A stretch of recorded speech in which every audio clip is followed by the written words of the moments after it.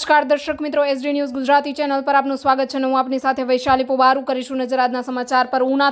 ઉનામાં વકીલની ઓફિસમાં ચોરીને અંજામ આપનાર બંટી બબલીને ઝડપી પાડ્યા.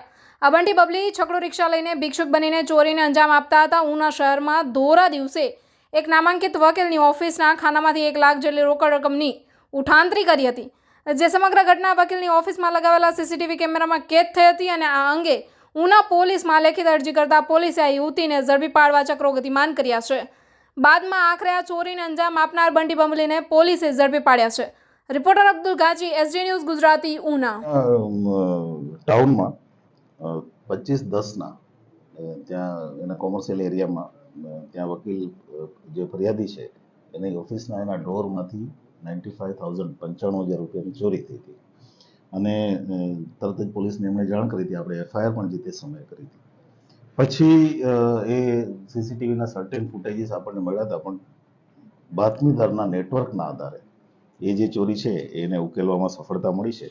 આ જે ચોરી કરનાર વ્યક્તિ છે બચુભાઈ અને એની દીકરી સપનાબેન, બંને વીરપુરના રહેવાસી છે, રાજકોટ જિલ્લાના, અને મૂળ એ કાલાવડના છે. અગાઉ એમની સામે પ્રોહિબિશનના અને એક જેતપુર સિટીના ચોરીનો આ જ પ્રકારની ચોરીનો ગુનો દાખલ થયેલો છે.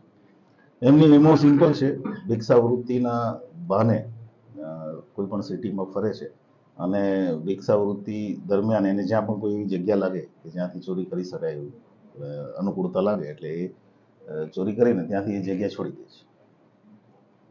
એમની વિરુદ્ધ કંઈ બીજા ગુનાઓ દાખલ થયેલા છે? એ જે મેં આપને કીધું એમ એમની જે ડોટર છે એ ડોટરની વિરુદ્ધમાં જેતપુર સિટીમાં ચોરીનો ગુનો દાખલ થયેલો છે અને એમણે હમણાં જ જેલમાંથી છૂટેલા છે. અને આ બચુભાઈ છે એની વિરુદ્ધમાં પ્રોહિબિશનના ગુના મોરબી જિલ્લામાં છે.